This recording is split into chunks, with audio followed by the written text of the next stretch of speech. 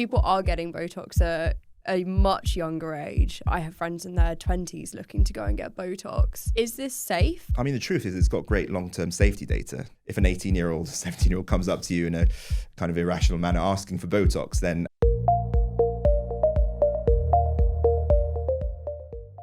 Welcome back to Patient in the Room. Today, we're talking about dermatology. So if you've ever been in that skincare aisle thinking, what's worth it? What am I wasting my money on? And what should I really be putting on my skin? This episode is for you. Today, I'm joined by Dr. Sina, a consultant dermatologist and founder of Synesthetics. Welcome. Hiya, thank you for having me on the podcast today. So do you want to tell us what a dermatologist is, what you look at? Yeah, absolutely. So a dermatologist essentially specializes in the study of skin disease. So essentially anything which goes wrong with the skin. And there are over 3,000 different diagnoses of skin problems, essentially diseases. So we have to be trained very broadly. Essentially, what we initially start out as, we have to do our medical training. Generally, there's 2 years of internal medical training after the foundation training program. And then a typical candidate would then specialize for 4 years, training specifically in dermatology in order to become a consultant dermatologist. So the whole pathway, as you can imagine, takes 10 plus years. Yeah. So it's a significant investment of time. And that's exactly how long it takes. And most of the specialties are similar in that regard. So any medical specialty will take a significant length of time. And how come you kind of decided to go into dermatology? Yeah, so it all really started when I was 17 and I was really struggling with my acne. I had breakouts and it was about 6 months, 8 months that I was really struggling. Eventually my mum said, look, we've got to do something about this, go to your GP. Then I was put through to my dermatologist afterwards. There was a little bit of a wait and we had tried everything topically, had gone on multiple courses of oral antibiotics. And then my acne was severe enough that I needed a course of isotretinoin or Roaccutane. And that was the point at which I saw my dermatologist. I had a regular interaction with them. And I really realized that this is the area for me in medicine. So I think that kind of really sparked it for me. I feel like there's a lot of noise in the skincare industry. There's so much out there. We're being told so much. You can find information from completely unverified sources. Is that something you see a lot in your clinic? Like people coming in, they've seen this on TikTok, they've seen this on social, and actually it's, not actually good for their skin. It's interesting actually, because it hasn't completely translated that way as I would imagine it would. Social media has taken over, the mainstream of communication, but yet it hasn't infiltrated clinics where people regularly approach a consultant and say, I found this online. Is this good? Is this a reputable hack for my skin? Mm-hmm. Is this product worth trying out? Or they don't volunteer that information and they don't say, look, I found this on TikTok or Instagram.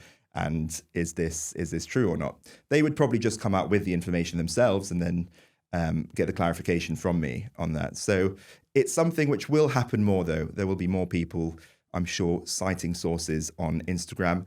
AI as well, ChatGPT. I've had a few of those ones coming through and patients saying, this is what the AI algorithm told me. Is this verifiable?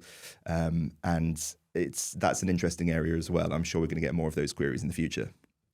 Yeah, I feel like, because ChatGPT and AI kind of trawls through the internet of every single source out there, it can't always maybe be fully trusted. So that's really interesting that you're beginning to see that in clinic. I wanted to discuss the skin barrier. Yeah. I hear it so much and I really don't know what it is. Can you kind of describe what it is? Yeah, absolutely. Yeah. And look, there are so many descriptions out there and people explaining how the skin barrier works. And essentially, there's two ways to really look at it. Firstly, the physical skin barrier, mm-hmm. which is the outer layer of the skin, the stratum corneum, which essentially forms a bricks and mortar style structure where you've got kind of dead cells on the outer skin and a lipid network in between those cells, forming a physical barrier to external pathogens, UV, a moisture barrier as well. So it essentially forms that physical protective barrier. But then you've also got immunogenic systems as well. So your immune system, which forms a very important part in how kind of inflammation is regulated in the skin. So we're talking about things like your white blood cells, chemical messengers in the skin, which play a very, very important part. So it's about how your immune system also interacts with the physical skin barrier. So it's not just, as most people describe it, the bricks and mortar level. So there's always a deeper level to it than that. And if you're kind of over cleansing your skin, or you're putting on like really harsh kind of chemicals onto that, I assume that skin barrier can be broken. Absolutely. So that skin barrier can be impaired. And in some people, they have pre-existing skin disease. So for example, eczema or psoriasis. And in that scenario, they are more fragile and that skin barrier can be compromised. But even if you over exfoliate, you're stripping the oils from your skin after repeated cleansing. So if you're cleansing multiple times a day and say the environment is quite dry, you could very much get to a point where you're impairing your skin barrier, you're getting more moisture loss from the skin, and that's not going to be good generally for your skin health. So there is a balance to be played there. And certainly it depends on your own personal genetic profile and the environment that you're in. If, say, someone's kind of like cleansing, putting makeup on, and then, going throughout their day, they get home in an evening, they take their makeup off, they put a bit of cleanser on. Should they be putting a barrier cream on afterwards, or should they be letting their skin breathe a little bit more? Absolutely. So in the evening, there is a higher rate of transepidermal water loss, so water loss from the skin. And so it becomes even more important to be using a moisturizer at nighttime. So absolutely, when they take off the makeup, use a cleanser, a gentle cleanser. A cream or jelly cleanser is absolutely fine and frequently recommended. And then applying a good moisturizing cream. And I always say to my patients that the moisturizer is one of the most personal steps. So people will find different moisturizers work for them and some things that they prefer. And generally you want essentially a moisturizer which is going to be good enough to hydrate your skin and replenish the oils in your skin as well at nighttime and prevent that transepidermal moisture loss. Transepidermal water loss, which is really an important fact to kind of consider at nighttime.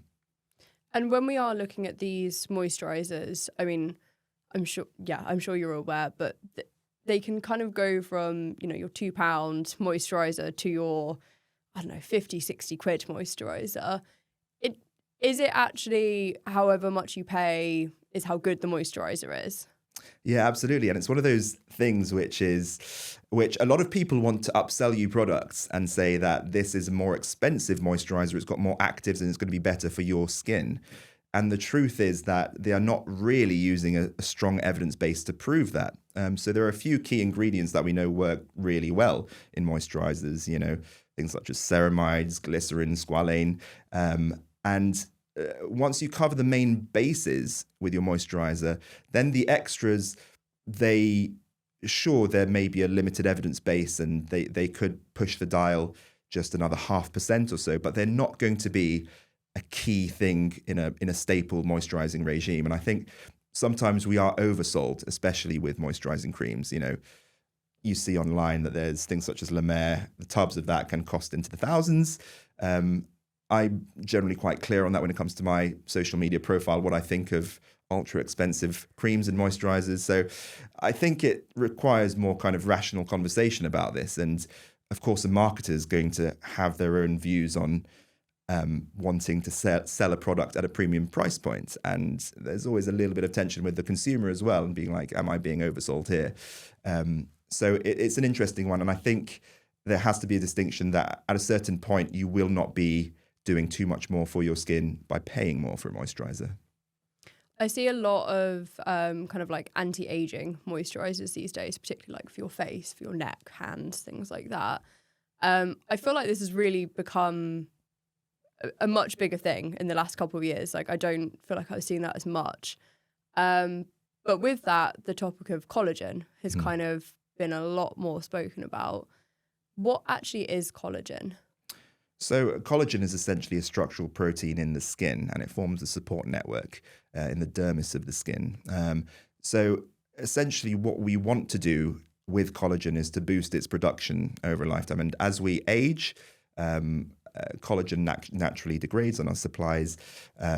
of collagen generally go down. So essentially what we can do to boost that production is the most important thing. Now, with the collagen creams, it's an interesting one because originally, now a few years ago, a lot of the collagen creams were high molecular weight collagen, and collagen can't really penetrate the skin barrier at that molecular weight. It's too big. So essentially what has developed over the last few years, well, last couple of years really, is hydrolyzed collagen. So chopping it down into smaller peptides, really, allowing it to penetrate deeper and go to where it needs to be. And it's essentially being a signaling peptide to trigger the fibroblast, the cell which produces collagen and elastin in the skin, to produce more, and just aids generally with skin plumpness, rejuvenation, and supporting healthy skin. So I do recognize that even some of my colleagues in the past were saying with topical collagen that, you know, this is completely, collagen doesn't really have much of an effect or a role in skincare, really. It's not going to penetrate. But there has been a change in the science. And I think as dermatologists, we need to react to that and see what the developments are and where the evidence is going. And there has been some more evidence supporting hydrolyzed collagen. You mentioned peptides in there. What actually is a peptide? So if you think of a protein as being a kind of mega chain, essentially, it's essentially just a shorter chain of that. So chopped up or in smaller lengths. Of course, the base is the amino acid. So it's the foundation building block. And then chains of amino acids form peptides. And then essentially after that, if you get kind of big molecules proteins, which are kind of many peptides and, you know, high molecular weight structures, really. So if we're using collagen and it can't maybe absorb into our skin, I hear a lot about like eating your skincare. So like collagen scoops in your smoothies, you know, I can't remember all of the things that I read out there, but is there any like scientific weight behind that? There is a growing evidence base with oral collagen supplements. It's still early, but in fact, compared to topical collagen, there are more studies, and we're talking kind of smaller cohort studies, which supports its use. Now, the ultimate kind of ideal grade of evidence, the randomized control trials, systematic review, meta-analyses, we're still building up to that. But there is a case for oral collagen as well, also for hair and nails. So eating your, what do you say? Eating your skin. Eating your skincare. Eating your skincare. I think that could be misconstrued very easily. That's the issue with that one. Yeah. But there is something to be said about having a diet and supporting it with collagen supplements and it being beneficial for your skin. Is there a correlation between the diet that you have? So whether that's eating lots of sugary foods, eating lots of you know, high protein, things like that. Is there a link between what you eat and your skin? Certainly, with some conditions, what you eat is important. So, for example, with acne, there would be a correlation of highly processed foods. If you're eating a lot of sugars, it does lead to a higher propensity for breakouts in the skin. Likewise, with things such as psoriasis, we know that people with a higher BMI are more likely to get worsening, more severe bouts of psoriasis. So in some skin diseases, the quality of the food that you're eating is very important. Generally, I would say, look, you know, having a balanced profile of food with proteins and carbohydrates without the ultra-processed foods is going to be the optimal for your skin. Some people, of course, with their genetic profile, they may be able to eat, you know, ultra-processed foods and not have a worry about the skin. But we can't, you know, preach that as a, you know, as a way to live, really. So I think we have to just go with a balanced diet generally, and with proteins, carbohydrates, and avoid ultra-processed foods in general terms for the skin. That would be the best way forward. I wanted to get into maybe a little bit of a controversial topic, exosomes. What are they? So exosomes essentially are tiny extracellular vesicles, so little packages which have been engineered in the lab to contain certain ingredients. So, for example, growth factors, amino acids, bits of DNA, RNA, all to essentially enable the skin to be able to regenerate better and to be biostimulating for the skin. So they have a variety of different roles, exosomes, and we're still investigating the best use cases. But generally for aging skin, you're finding that a lot of clinics are now incorporating exosomes in some of their treatments.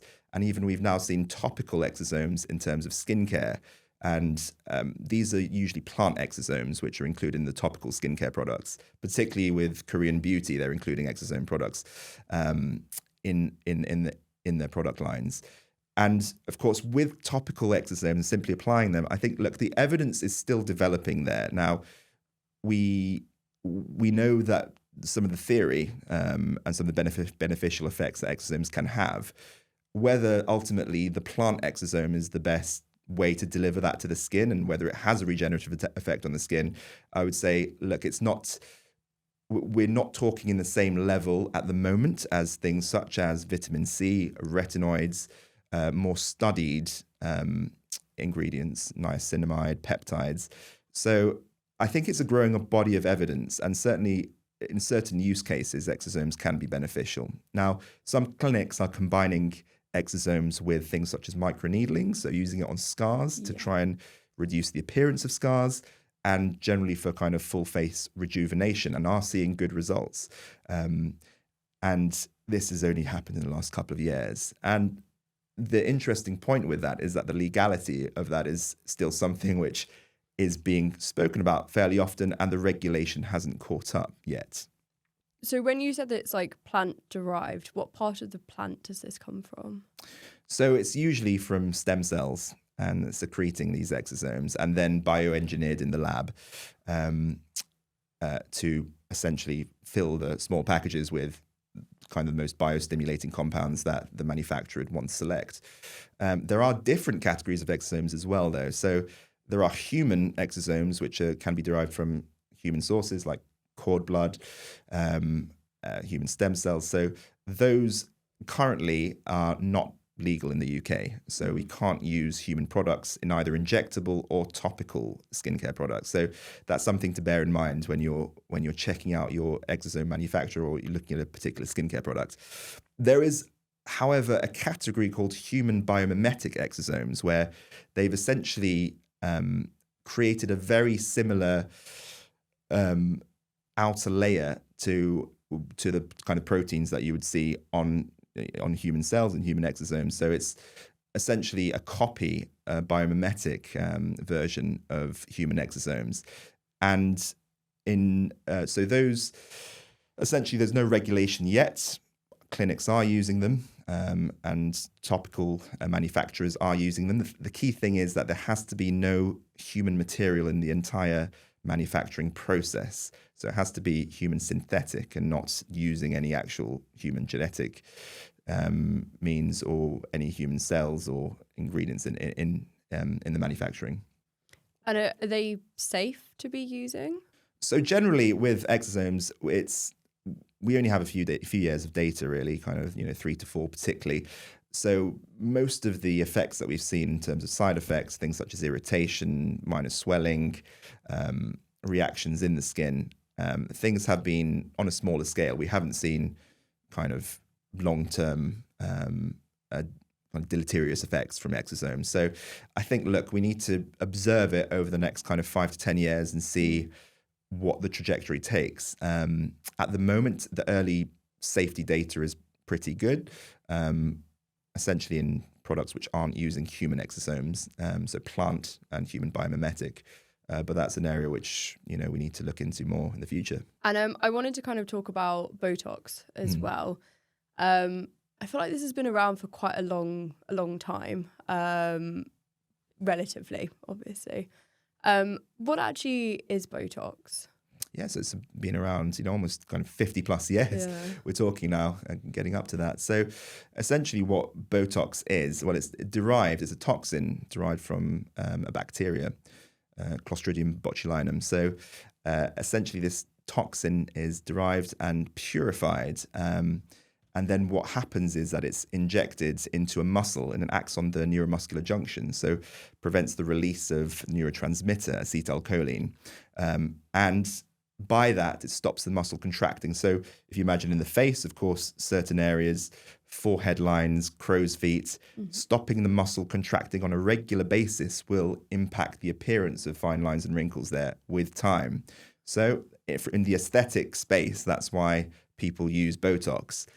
Certainly, it's got other indications as well, different forms of Botox, and you can use them for other indications, migraines as well.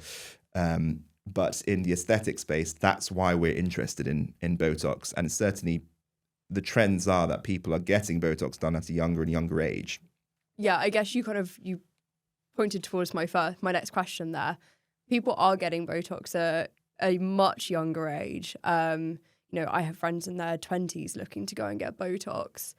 Is this safe? Like, is this something we should be looking at in our 20s, 30s? I mean, the truth is it's got great long-term safety data, and we've had, enough years to be able to look at the safety data with Botox, and there are newer formulations being developed as well. So I generally have, my position on it would be that each person is an individual. If someone has very prominent forehead lines or crow's feet lines at a younger age, in their mid-20s, I think there would be a rationale to treat them with Botox. And you can see that in their skin that they formed prominent lines. So this is one of the best treatments we have. So we shouldn't limit them from using it. Of course, if an 18-year-old, 17-year-old comes up to you in a kind of irrational manner asking for Botox, then as a clinician, you've got to always have your sensible hat on, and you take a full history. You talk about what their existing skincare routine is like, and then you go, after a full assessment, then you go on to the treatments and the range of possible treatments, which Botox is one of them. And with Botox, I also kind of hear about fillers and things like that. Is Botox and like lip fillers, things like that, the same thing? Different mechanisms. So yeah, essentially with fillers, it's hyaluronic acid being injected into different planes of the skin, sometimes even onto bone, to essentially fill out an area of the face, most prominently, to make it look more cosmetically pleasing. So lip filler, you mentioned one of them. So to shape the lips. Other areas you can use fillers, including kind of cheeks, so enhancement of the cheekbones, where there you would need to inject hyaluronic acid onto the actual bone there to produce that voluminous effect, alongside different planes of the skin as well. And then there are sometimes people get them in the jawlines as well. So there is a trend with men now having filled jawlines to get a more angular look of their jaw. So the indications are expanding with filler, but in most kind of aesthetic realms, you'll find that clinics offer Botox and filler as a, rejuvenating combination in some ways. So they will have and frequently do both procedures. Do these if you do go and get Botox or filler, do these last forever, or do you have to keep going back to kind of get them topped up? Well, according to ChatGPT, if it's a fountain of youth, it should last forever. But sadly, it does wear off. That's the case with both of them, really. So Botox, it depends, really. 4 to 6 months is where you will be kind of losing that efficacy noticeably, and then you would need to go in for a further treatment. There are some newer formulations being developed to extend it to about the 6-month point. And there have been good studies done, rigorous studies looking at Botox and trying to extend its lifetime of use and prevent repeated injections over short periods of time. Fillers generally would last longer, talking around the 12-month mark, sometimes even up to 18 months, depending on the type of filler. So these, unfortunately, nothing lasts forever in that sense. So you will eventually notice breakdown naturally by the body, and would have to have a further procedure there. As a dermatologist, I assume you kind of offer some of these treatments. Is there a limit as to how much filler that you would be able to give someone? Well, according to some practitioners, there's no limit, and we see some terrible cases, and I'm glad that it's been highlighted more that faces where there's been too much filler and overfilled.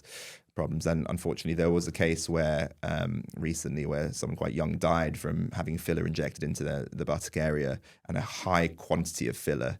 So there is a limit, and we need to work with safe limits when doing it. And it is very easy to have an overfilled look as well. I mean, generally on the face, you're not going to reach a worrisome limit with hyaluronic acid fillers, but from an aesthetic perspective, I think, of course, you're depending on the trends a little bit, but it is very easy to achieve an overfilled look. So we always, as dermatologists, we go on the kind of more conservative end of the spectrum. So start off subtle, small amounts of filler, in 0.5 mil, and see, do we get the effect that we want, and then work up from there. And if we're not seeing that result, then next time we would go slightly more.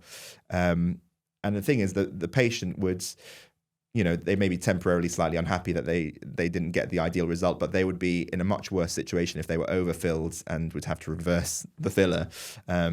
So being conservative there does have its advantages. And I've seen kind of some people, particularly with lip filler, I've seen this actually, where they've had lip filler maybe like 2 months ago and it's gone like really lumpy. What's happening there? So a couple of things may be happening in that scenario. One is, unfortunately, in some cases, filler can migrate. And in some cases, it's not really the fault of the practitioner as well. And it's just the individual's anatomy. And the filler can move from subtly from place to place in the planes of the skin. The other thing is sometimes you can get reactions in the skin, influenced by the skin's immune system and forming things called granulomas, which are these hard lumps. Which can be very, very difficult to treat. So that in some cases, that's what they're describing when they're saying, I've got this lumpy texture and it's come on over the last few months after the filler, or even sometimes years afterwards. So that's probably what they're describing. Now, in the first instance, if the filler had migrated, then we can reverse it with an enzyme called hyaluronidase. So that's the good thing about hyaluronic acid fillers, which are the most common fillers used. However, the granulomas can be a bit more tricky. Sometimes you even have to do surgery to cut them out, and unfortunately result in a scar afterwards. But yeah, those are some of the complications, unfortunately, that you can get with fillers. And I assume to reverse it would be an injection, same as how Correct, it got in there. Yeah.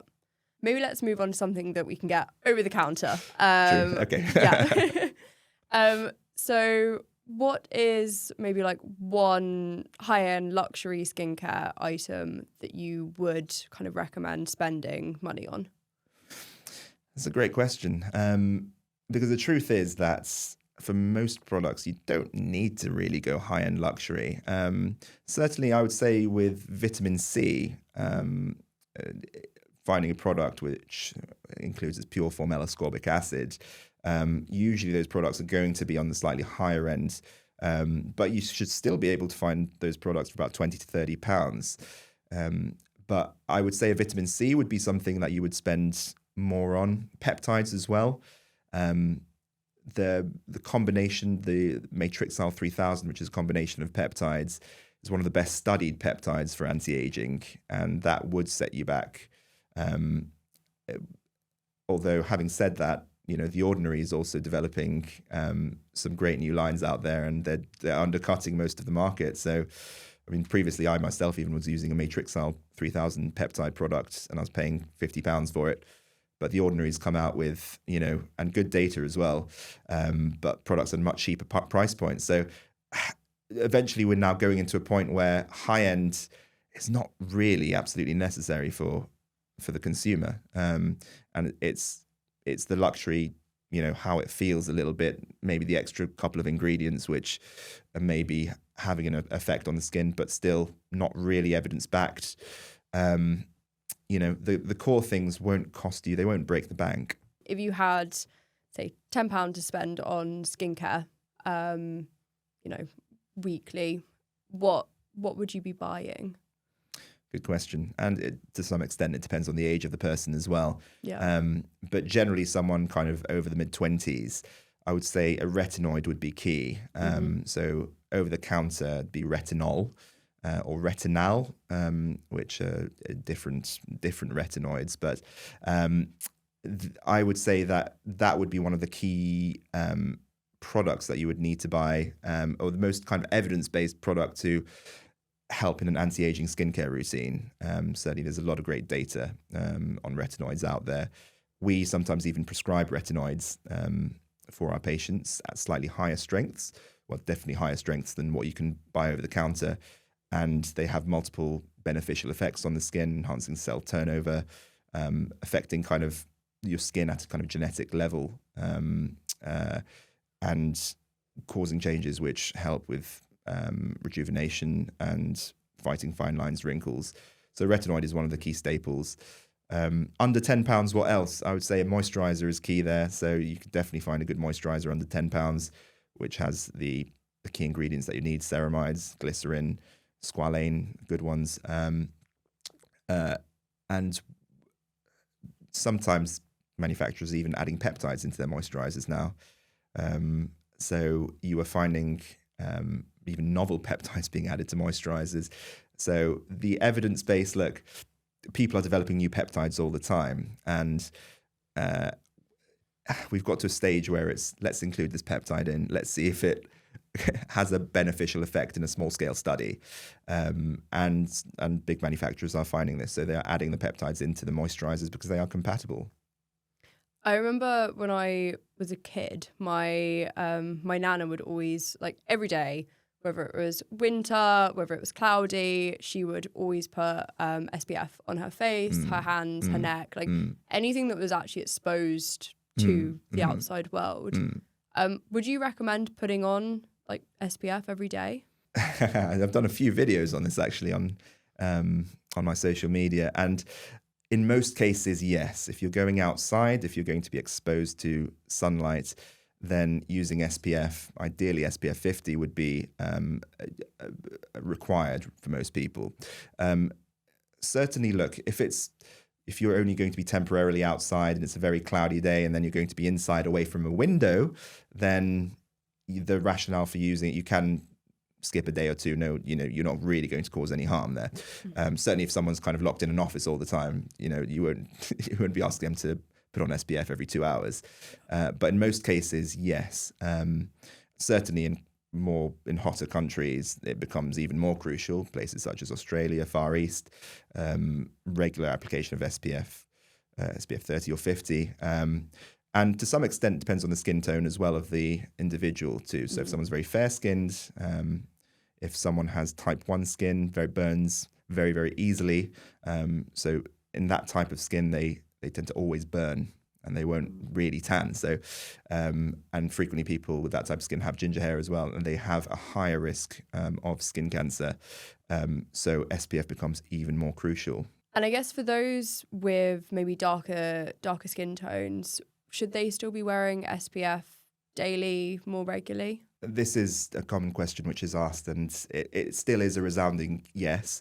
So with darker skin tones, they will be more resistant to burning. However, what I would generally say is that SPF 30 products, you can go to SPF 30 with darker skin tones and not always need SPF 50 products. So it, of course, depends on the environment that you're in as well. But you can't just not use SPF every day. That the effect of that cumulatively will lead to problems with the skin. Photoaging as well as skin cancer risk in the future. With SPF, I know you can tan while you're wearing sun cream. I feel like, sometimes you see people online going, I'm not going to wear the SPF because then I won't tan on my holiday. Just slightly terrifying. You still tan. Exactly, you still tan with the SPF. Exactly, yeah. Is there a safe way to tan your skin? The short answer to that is that, unfortunately, there is no safe way. The tan essentially is a response to the UV in the skin, and so you've already caused an episode of DNA damage there in the skin. So unfortunately, there is no safe way to do it. Well, okay, there is one safe way, which is a spray tan or an artificial tan. So in that sense, I would advocate for that rather than trying to go outside and sunbathe or use tanning salons, things like that. So sadly, not an answer a lot of people want to hear, but I think the truth that they need to hear. Definitely. And when you're looking at sun cream, You've got factor 15, factor 10, factor 30, 50. Yeah. What do those factors actually mean? So essentially, it's looking at how well that the sunscreen is going to protect you from how much UV it's blocking. So certainly, kind of SPF 50 blocks about 98% of UV, and specifically UVB rays. So there is another protection factor called the star rating or the plus rating, which you may have seen. So generally, I recommend for 5-star UVA rating as well. So how well a sunscreen can block UVA as well as UVB. So generally, in most cases, I would be advocating for either SPF 50 or 30, depending on the individual. But I can understand that it's very confusing sometimes for people going out there and being like, what does all this mean? I need to go and, go onto ChatGPT maybe, or go on social media and see what the derms are saying. So that's what generally I would advocate for. And sometimes when I'm in the skincare aisle, and it's like definitely caught my eye, and I feel like I've definitely kind of gone down this one. There's like medical grade written on the bottles. Is there actually any medical backing to that, or is that just a marketing thing? So unfortunately, a lot of manufacturers and brands will use medical grade, and I don't think that the regulation currently really stops them from using those terms. And even if they've said, maybe consulted one doctor, a dermatologist or a plastic surgeon, and then they would say medically approved or medical grade or something along those lines, and it doesn't necessarily mean that that's the product that the clinician would regularly recommend or indeed use. So it is unfortunately quite a fluffy definition, labeling something as medical grade. A bit like kind of dermatologist tested as well. We used to have that quite a lot. I think some soaps particularly still use that. Yeah. So unfortunately, I wouldn't rely on something calling itself just medical grade. And the way around it, I suppose you just have to interrogate a brand quite well and go online, do your research, and sometimes that's where the forums can be quite effective as well. And they, people are much more educated these days on skincare than even kind of 10 years ago. It's a significant sea change in that regard. And with the developments of AI tools, people are getting clued up and looking through claims like that and being like, well, this brand's put medical grade, but in fact, it's not using any of the ingredients and it's not really been recommended by many senior sources. And before we wrap up, I just wanted to ask some kind of like questions that we've got sent in, some common myths that I see online. So first one, pores open and close with steam and cold water. That one's a myth in terms of pores kind of opening and closing. Now, the appearance may change of pores. That's the key thing, and there may be a temporary effect where they appear a bit smaller, but it's not specifically. There's no kind of muscle which is contracting the pore to open and close in that sense. So what you are kind of seeing is like a temporary constriction, and that would be related to the skin generally around the pore changing and the blood vessels interacting with whatever thing that you're doing to it. So pores opening and closing is a myth. And second myth, you need to change your skincare every few months because your skin gets used to the ingredients you're using. That one may not be a myth, But well, let's go through that. Firstly, you need to change your skincare. That part of it, that is realistic, because as seasons change, if your environment changes, you may have to change your skincare routine. Certainly going through from summer to winter, you want to use more moisturizing products. Certainly at nighttime, you may want to switch to a richer moisturizer. But because your skin gets used to it, that part can be contested, in that there's no evidence that your skin sort of develops antibodies or has a massive response to a particular skincare regimen. So in that regard, I wouldn't say that's something which that part of it could be described as a myth, I would say. Natural and organic skincare is better and safer for your skin, particularly if you have sensitive skin. That one is a myth. So we have very strict regulations and cosmetic standards in terms of formulations of moisturisers, serums in the UK and the EU. So using a natural product in a lot of instances won't have any direct advantages. And in some cases could be even, causing problems. So, for example, beef tallow are used as a moisturizer. Some of the production qualities of the tallow can impact its utility and can cause breakouts in skin, which is not best for it. So I would say that going too far on the natural end of the spectrum can cause problems in some skin types. And look, I would say we live in a regulatory environment where things are very closely monitored, and it takes months, even years sometimes, for people to get skincare products out because they have to pass so many regulations. Yeah, I've seen all of the beef tallow kind of online, and always been quite curious about that. Drinking a gallon of water a day will stop you from having dry skin. To some extent, that's true because lack of hydration will impact multiple organ systems, and that would include your skin as well. So from the inside, you would need to drink a requisite amount of water per day. However, I would say that in some people, no matter how much they drink, they would still have dry skin. And in some cases, that's related to skin disease. So, for example, eczema, or people with certain genetic skin conditions predisposed to dryness. In those, in that kind of scenario, I would say that no matter how much you drink, sometimes you would still need additional treatment for your skin, and a skincare routine dedicated to your skin. Final one, back to SPF again. Mm-hmm. The higher the SPF, the better it is. So 50 is twice as good as 30, 100 is twice as good as 50. It doesn't work like that, as I said. So you're only talking about a few percentage points between 50 and 30. So kind of going from 96 to about 98%. So it's that's why I recommend SPF 30 and 50 to most people generally, and it depends on the individual and the environment they're in. And there is quite a jump from SPF 15 to SPF 30. I've done a recent video on my channel as well, looking at so I essentially applied a UV paint to my face, and then shining a UV light onto there, and then applying SPF and seeing how well it blocks the fluorescence of the UV paint. And you can see a distinguishable difference between SPF 15 and SPF 50 product there. So I would say between that jump, then it's valid. I would stick with SPF 30 and 50 products.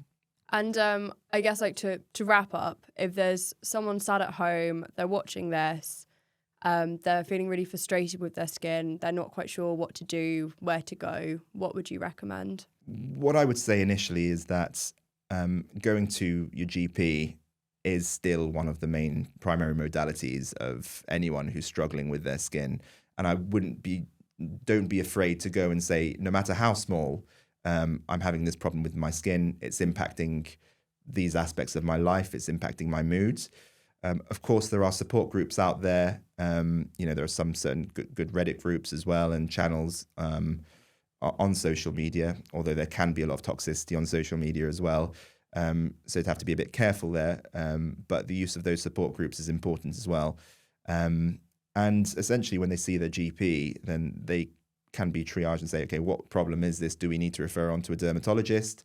Can this be managed quite simply with a good skincare routine? And certainly there are some GPs which have a specialist interest in dermatology, and they would be more than capable of dealing with said concerns as well. Awesome. Dr. Sina, thank you so much for coming on the podcast today. I really appreciate it. Thank you very much. To you. Thanks. If you enjoyed today's episode, please follow and share Patient in the Room wherever you get your podcasts. We'll be back soon with more conversations.